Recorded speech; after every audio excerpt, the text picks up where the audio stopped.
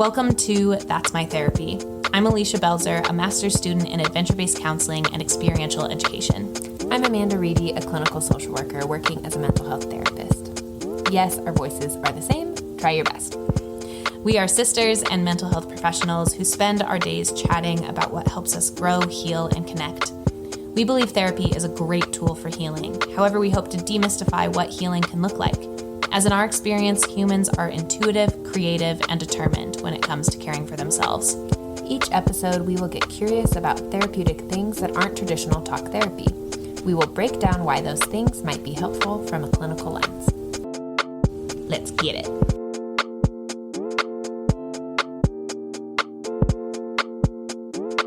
You go. Welcome to That's My Therapy. Amanda and I are thrilled today because we get to stop being so vulnerable because we brought a guest to be vulnerable for us. And I cannot express how relieved and excited I am to have you here. We have with us Kat Lopez. She's a certified therapeutic rec specialist. Therapeutic rec specialist. Yes. So tell us a little bit about what you do. Yeah. So it's funny because it comes out therapeutic rec specialist, but we refer to ourselves as recreation therapist. Right. Yeah. So for rec therapy, the whole gist of it is essentially like using recreation activities as a form of therapy, which is what y'all are talking about. So that's great. But specifically more so for like not so much even processing the therapeutic part of it. You can do that. But the activities in and of themselves are doing the therapy. And using those as like modalities. So that could range from a variety of activities, any kind of art, any kind of outdoor recreation, biking, hiking. I've done a cooking class before. I mean, reading counts, video games count. But it's something that is improving your quality of life, and there's like kind of 5 domains, and we try to at least hit one, if not more, but it's that physical, social, spiritual, cognitive, and emotional. Yeah, so I love it. It's interesting. I think a lot of people think of rec therapy as like working with individuals with the different abilities physically, which is true.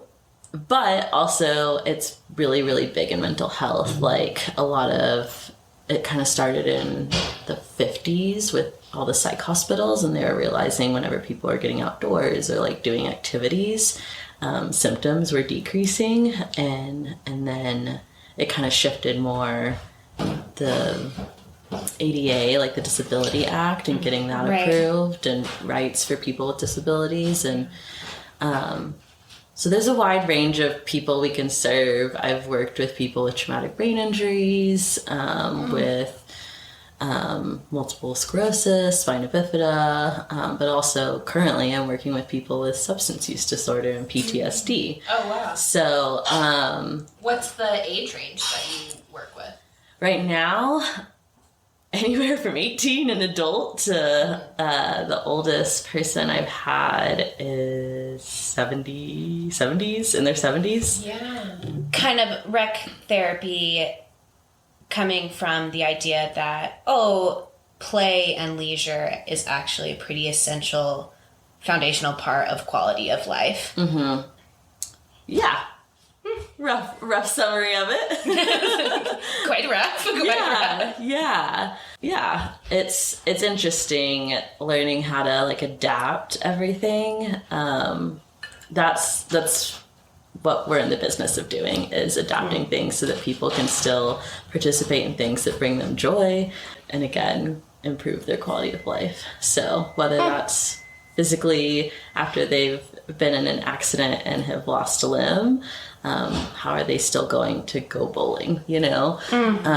Or with PTSD, it's like a lot of people isolate and are not wanting to be around other humans. And it's like, okay, how am I going to get them to still go to their family barbecue and need to run to the grocery store to pick something up and bring the watermelon back, you know, for the family barbecue. It's fun. I think a lot of people sometimes get mixed up with like, all we're doing is having fun, and majority of the time we are. But I think it's really powerful. I mean, I think I did some field work at a psych hospital, and one of the psychologists was like, I think you got more out of that patient than I did in the 5 sessions I've had because you were painting with them, you know? I think it's really important. I think a lot of people are figuring out how it can be part of the treatment plan and the essential, like, an essential part of it as well. Well, we kind of talked about this in another episode, was like, if you could think your way out of it, you would have by now. So there is a lot to be said for like just doing the thing and letting that be the therapeutic experience, and that being so key to like integrating the things you have learned about yourself is actually doing the thing in the safe place. Bringing the watermelon home can be a more profound therapeutic experience than like the 2 weeks of therapy that led up to that moment. Yeah.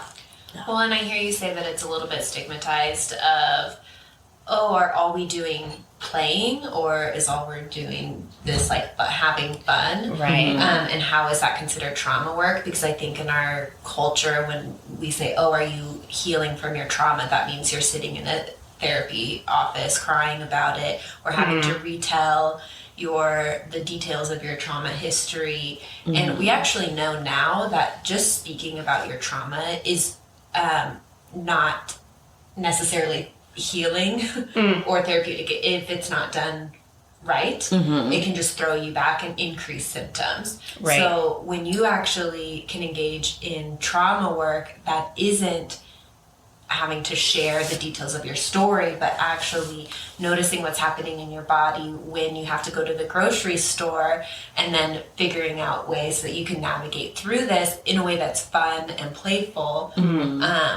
Well, I think that'll shift the view of people who have a lot of resistance to engaging in trauma work, because it's terrifying. Like, folks who come to my office for the first time, a lot of them have a lot of fears of like, I don't know how to say the thing. And I'm like, we don't have to say the thing in order to start touching and working and feeling the thing. Through the thing. Yeah. But that's what actually rewires the brain. Anything else you want to say about anything rec therapy? I don't think so. It's up and coming, and I mean, it's been up and coming for the past 10, 20 years, but it makes me excited, and that people are realizing for themselves, even without hearing what rec therapy is, realizing like, I need to go for a bike ride, or I need to paint or something, and they're realizing and connecting that that's making them feel good. So that's me excited. You're right. This is the whole podcast. Yeah. Well, I think I've been nervous lately that us asking people, well, what's your therapy, kind of, I worry that it makes us sound like that we are not advocating for going to a professional and seeking their therapy help. But I think we would love to talk to more people in like third wave modalities like you to show that if you're not comfortable sitting in a controlled office space talking back and forth with a professional, like you don't have those words, there are so many other options to seek therapy.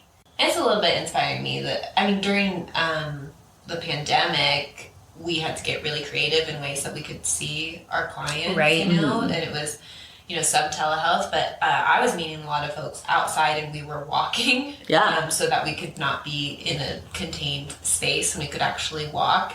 And I was like, I think that was actually just like really helpful for people, that we don't have to be stuck in this like little office, that we can go and walk around.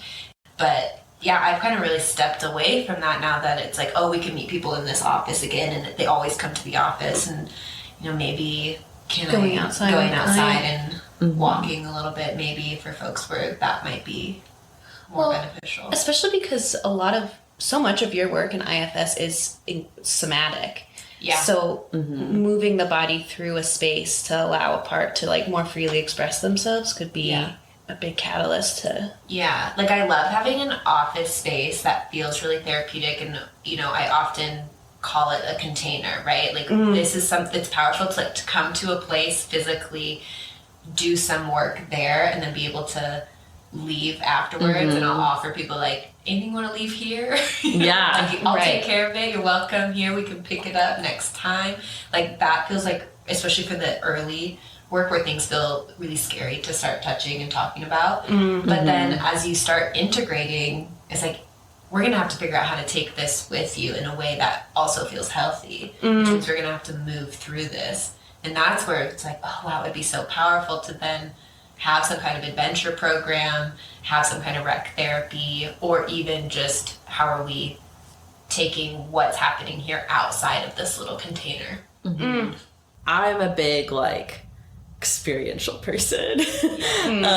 I love saying just the gist of what they need to do, and then them figuring it out for themselves. However, I am also a big, like, realizing now that, especially with the population I'm working with now, there's a lot of insecurity. And I mean, I think we see that in ourselves of like doing new things, or doing things that are physically hard.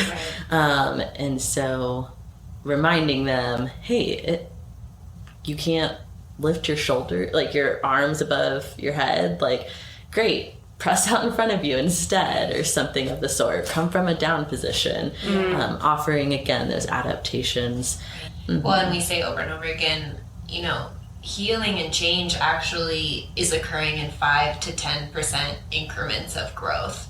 So they're not these major, huge, life-changing epiphany breakthroughs that are actually going to be long-lasting. Those are so rare. But in these little moments of, oh, I had a story about who I was because of whatever physical limitation I was experiencing, and I couldn't lift my hands over my head, and I could have stayed there and said, I'm just no longer a person who can lift this thing, or I'm no longer a person who can be a physical person. It's like we create stories about that, and then you offer something different that still feels challenging, right? You're still challenging folks, and then they get to the experience to be like, oh, I don't have to land on this first thought of this is where I am and I can't grow out of this. It's like, oh, I can adapt to this.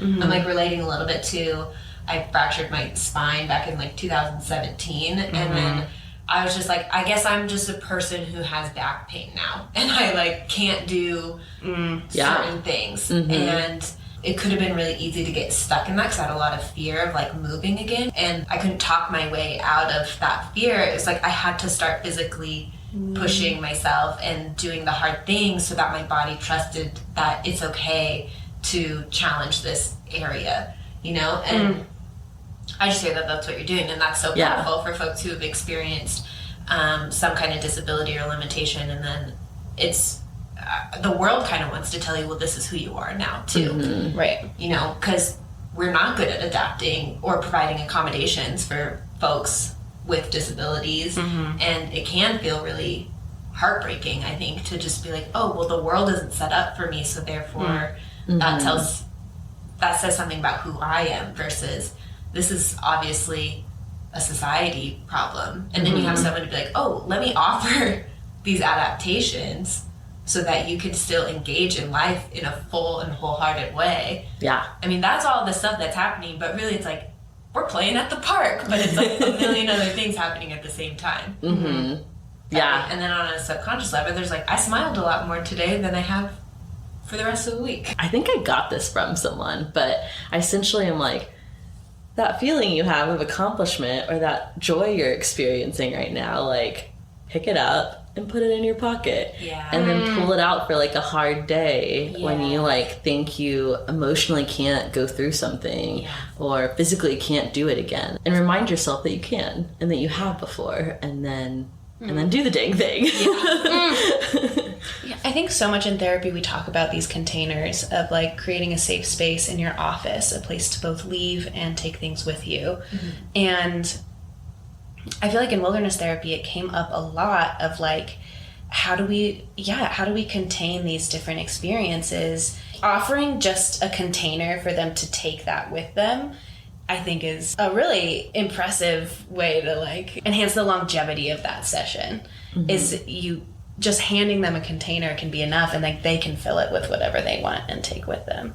Trauma work, we talk so much about triggers, right? Like, this is a trigger for me, this is a trigger, this is a trigger, and we don't talk enough about the inverse of that. And I've heard them called glimmers, which is basically what you're talking about. Oh, I It's like just that. Oh, do you feel this little I call them nuggets. What a nugget, Yeah, what like, a pearl. Yeah, so it's like, oh, there's this glimmer that, oh, how does that feel different in your nervous system? You're so used to noticing, oh, this sound sent me back here, or the way that this tone of the way this person was talking to me, that feels like a trigger. My nervous system's immediately activated. And leisure and play, and those are the glimmers, right? So like, hey, do you notice how your nervous system can also feel different in this type of situation? That feels like hope, that feels like empowerment, that feels like self-compassion. That's a glimmer. Notice it, hold on to it, put it in your pocket, Take it with save you. it for a rainy day. Yeah. But I'm so curious, you engage in this work professionally, but Yes. we are so curious about what you do for yourself that feels How therapeutic. funny. I crack myself up. I go home every day and I'm like, I'm not doing anything. Because I just recreated all I've day. been recreating all day. No, but I think I have those moments just like all the people I work with of like, I can't do this, or like, I'm not motivated to, and that's when I probably need it most. And when Allie asked, and I was like, yeah, tell us about your therapy, you know? I dabble in a lot of things. I like to say that I'm pretty average at a lot of things, and that is not degrading myself. Yes. I love it. Yes, we need more of that. Yeah. And so there are seasons where I'm like really into painting canvas bags, or seasons where I'm doing puzzles, or literal weather seasons where it's like, okay, it's bike riding season, you know? What I always come back to for myself is running. I am one of those crazy people who loves running. We won't yuck anyone's yum as much as it's so hard. Yeah. And I am filled with almost like an envious rage. It's like, When I hear you like running, I still want to say, amazing. Yes, if that is for you, I'm so happy. that rage exists for me when I find out that cold plunges are scientifically backed, and like there's all this research. No, They're showing that cold plunges and like cold therapy is like actually really good for you, and I'm like, fuck that. Like, why can't really, really hot showers also be good for like you. help my mental health? I'm like pissed that the research actually, I want to just be like, that's stupid, there's no research to back this up, and there's actually a lot, A ton of research. and it bums me out because I'm not gonna do I'm not willing to participate in something that's so good for me. Yeah. But we would love Yeah. to hear your experience with it. Yeah, so, I think I started running just because, back in high school, because I really just needed to stay in shape for soccer. Oh, sure. And I ended up really falling in love with cross country. And it was also a little bit of hell, but I did end up falling in love with it, and then took it into college and just like everyday life. And I noticed that, I think more so when I'm angry, I really seek out running. And I'm not angry a whole lot. I like to think I'm like this goofy sunshine person that smiles majority of the time, but when I'm angry, it's pretty bad. Well, you don't want to piss off a pretty compassionate person. What's your relationship like to anger? Yeah, so I think for a long time it was like you can't touch it or experience it, or you need to quickly stop it down. Right. And so I honestly think at first running was this like physical release, where I didn't have to like touch anger still, but I was physically releasing all this tension that I was feeling in my body, in my shoulders, on my chest, whatever that looked like. And then I think it was whenever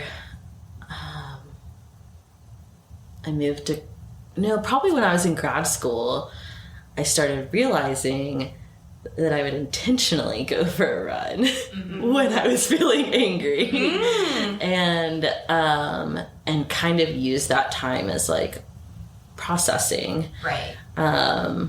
So was that a shift between I'm bypassing anger by using running, I'm gonna like scoot around it so I don't feel it anymore, but I'm not actually moving through it. Yes. And then now it's like, I'm noticing the sensation. I'm taking this anger with me on this run. And we're going to process it as we go. Okay. Yeah. The same as sadness, too. Yeah. A lot of people who know me would say I cry often, but like, I don't actually Shit, you do have to be vulnerable on this thing. We're so glad you're here. I'm not like crying because I'm experiencing sadness majority of the time. It's just this like natural thing that happens. But I started using running to release this sadness that I was also feeling like to the pit of my stomach, and like letting myself cry because of sadness. So using running is like this intentional thing. And I think I got really into it. I also like running long distances and doing races, and it's this sense of accomplishment that makes me feel good. There are all these other benefits that come with it. And I think why I also choose it as like my therapy. It just makes me feel good and makes my body feel strong, and that in turn makes my confidence boost up and all that good stuff. And then I shifted into, there's this time in my life where I was like done with running, as in like a couple years ago. But I kind of thought walking was like lame. And if I wasn't running, then I wasn't like physically getting a workout or getting the same endorphin release, or like this, I wouldn't get the same effect. And it really wasn't until these past couple of years where I was like, oh, walking can do the same thing. What allowed you to give yourself the permission to do that? Especially if you're running at kind of a competitive level, it sounds like there were parts of running that felt like, oh, I like doing the races. This is part of who I am. This is part of my identity, is I am a runner. But how did you give yourself permission to say, I actually might just be allowed to walk and have this still be meaningful? And that did not have to be a conscious choice. I don't know if it was this like big aha moment by any means. I think I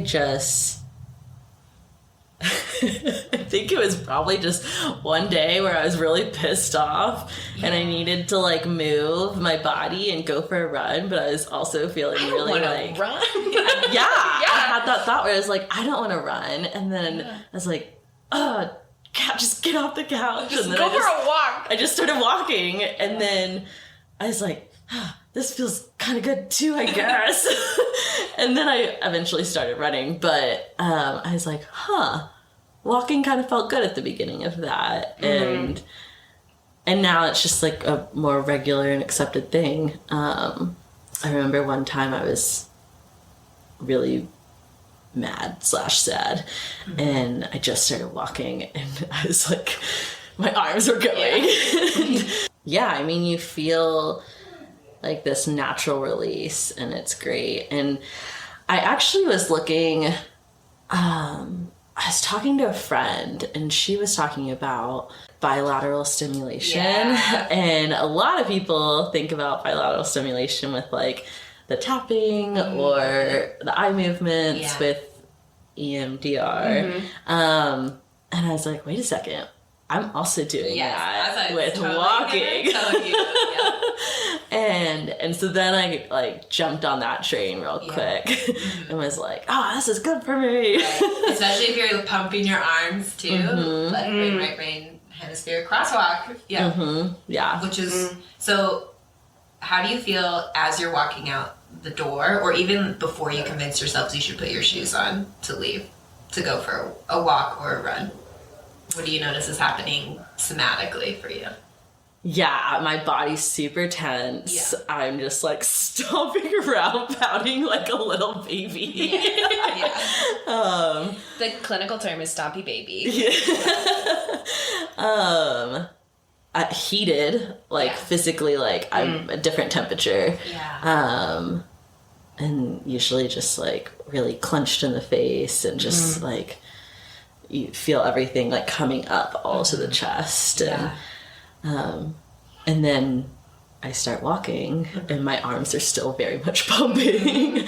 And at a certain point, I notice my arms going down a little bit more. I notice my pace has slowed down. I notice my breathing has slowed down. I've temperature like wise cooled off, which in turn have emotionally cooled off a little bit. But again, not bypassing it. Like through that, I'm like, what is making me mad? What words did I use? What words did they use?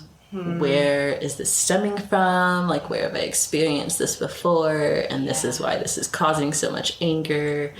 What am I going to say next?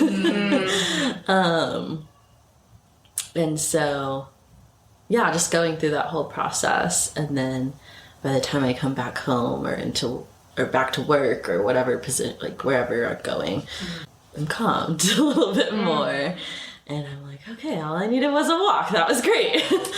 You know what's coming up for me during all this is I also really struggle. My therapist told me, in her words, I have a severe intolerance of negative emotions. Whereas, like, there are negative emotions, but there's obviously some I like a lot better than others. Right. There's some that feel uncomfortable. Yeah, and in my system, anger and sadness better than anger, but definitely anger feels intolerable. And I feel like the message I've sent myself / the message that I've been given in this like therapeutic world is like, you have to sit with it in order to let it pass. And I guess in my head, I'm like, I either have to sit with it or I bypass it or I press it down or I leave it. And you are putting it in such different terms for me of just like, I can walk with it. I can run with it. I can move with it. I can climb with it. And I feel like you totally shifted that definition for me, because I'm like, okay, I need to sit here and reflect and fully feel it. And like you said, that's a horrible feeling of tension and heat and clenching. So like, it's really hard to sit with, but so much easier to move with. Yeah. Yeah, I think I've got to really examine my language. Early on in my clinical work with a client, I literally used those words, okay, can we pause and sit with that for a moment? And this person was like, you are asking me to sit in a hurricane. Oh, and I was like, fair enough. Yeah. And we can use language like, can we walk with that? Can you bring it with you? Yeah, can we be with it without it feeling like this tornado surrounding you? Yeah, when I was working in wilderness as an adventure With therapist. me. Yeah, with Allie. I didn't realize I had said this, and that I continued to say it, but my phrase, I guess, was move your body, change your mind. And it wasn't until a few other instructors were like, yeah, you used your saying, like, move your body, change your mind. I was like, well, I didn't say that. But I think that's what it was, and that's what I experience whenever I'm walking or running. I'm moving with it and walking with it. And then my mind has changed, and I think I'm grateful for it. Yeah. Yeah, I'm definitely learning to be more grateful for anger in general as a messenger. Like, anger is always telling me something. It's often, hey, you need to re-examine your boundaries. Hey, resentment is creeping in. You're going to need to find a way to share this. The baby is awake from her nap. After like 20... This is a real podcast, y'all. You're hearing people stomping around. You are now going to be hearing babies. Who took a 20-minute nap. What the Son heck? of a bitch. Bear with us. We're learning our lessons. Yeah, but anger is always trying to remind me of something. And I'm noticing it's my fiercest protector of my own self-worth. Oof. So, and I need that reminder sometimes, especially as someone who can be self-forgetting when it comes to the emotions, needs, opinions of others. I can sort of disappear a little bit. And I know when my anger flares up, that's that part saying, no, we're not doing that anymore. And I'm actually reminding you of your own needs, your own value, and your own self-worth. So you're going to listen. I'm going to make it really uncomfortable for you. You are going to feel this swirling around in your gut until we figure out a way to either move through this, whereas this is or set a boundary, or state my own needs, or feel something from the past that isn't actually happening right now, but I need to move through it in order to get to a higher perspective about what's happening. That's it. And I'm glad you used those words, because sometimes I so misunderstand my anger that it's demanding a resolution. When it's it's just asking for awareness, or an action or movement or like a step forward. But I so often confuse that with like, you're demanding me to fix this, and I can't. Yeah. Other things. So what's running been like for you this season or life? I've done a lot less of it. I've been skiing hard. And I'm about to say this on a podcast, so I guess I better do it. But I just started training for a triathlon. Wow. Yes. This is a long time coming. Yeah. She's wanted to do it for I have. And so there's one in Boise, and it's the Olympic standard, like, distance. And so it'll just be running, like, it's a 10K, so 6 miles. So that, like, doesn't feel incredibly hard to me, but... swimming. It's the combination of all of them, and like the running's at the end, and I feel like I'm gonna have to like root up some big moments of you are a good runner. There was a time that I loved this. So what happens for you as you think about doing this really hard thing? Like, I feel like something is coming up in your body right now. Yeah, so I'm really just terrified of the swimming part. Okay, terrified of the swimming part. Why does it feel important that you do it? It's a challenge. Yeah. And I like challenging myself. And probably that comes from a little bit of like feeling like I need to be the best, and I process this with my own therapist of like childhood feeling like I need to have all my shit together because I'm this only child, or because my parents are busy, or because I now have younger siblings and I'm helping raise them when I'm 16 years old, you know? And so it's a little bit of like performing. But I also really like having something to work on. Yeah. Which I've also talked to my therapist about. I don't do very good at resting. But I have walked with that. Yeah. And like I have 2 solid rest days in my program where I'm allowing myself to rest and recover. Yeah. If for folks who have a hard time with rest, do you find that scheduled rest is helpful for you? Oh yeah. Yeah. I have heard that be a really useful tool of like write it down, like have it blocked off. Put a container around rest, especially if folks have like a perception of like this isn't allowed, but you've reframed it to this is actually so important that I have these rest days because it allows me to be. That's always tricky ground for me because I never want rest to be so you can be more productive later.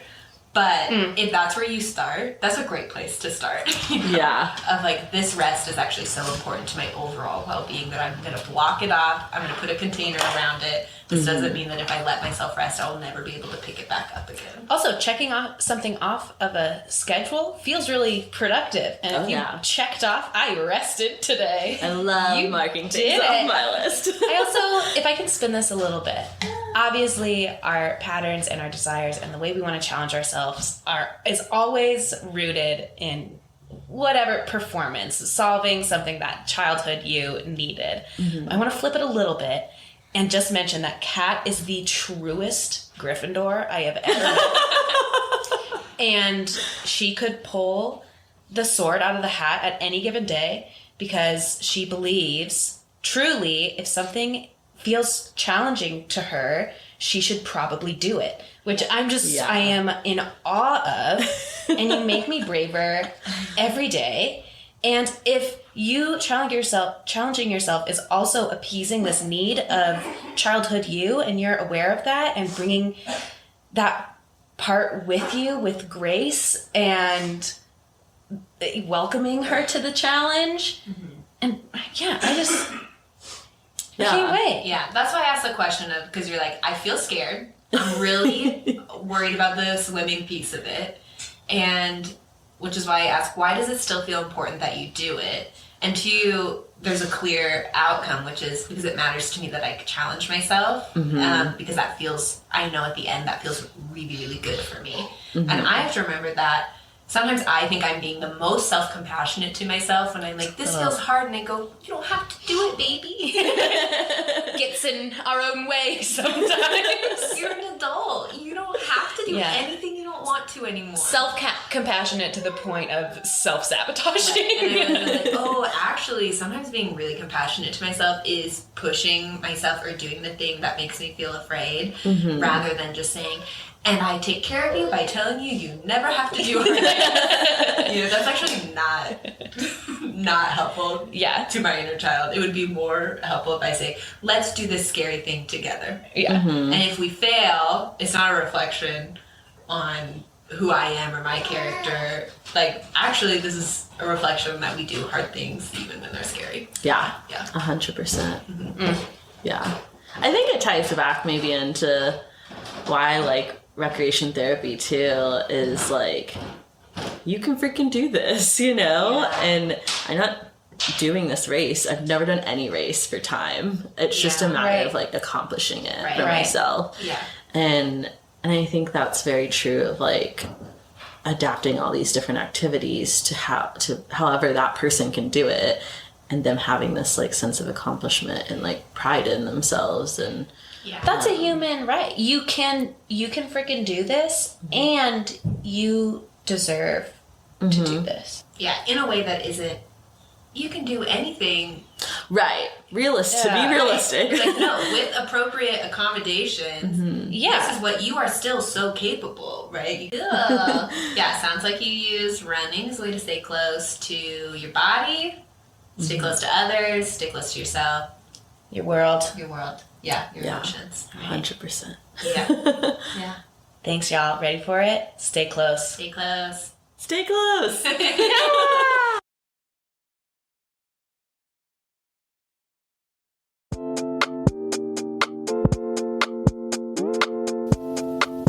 Thanks for listening to That's My Therapy. If you are seeking resources to care for your mental health, a good place to start is Psychology Today's list of qualified practitioners in your area, or by contacting your insurance provider to get a list of in-network clinicians. If you are feeling suicidal or needing immediate help, you can reach the Suicide and Crisis Lifeline by dialing or texting 988.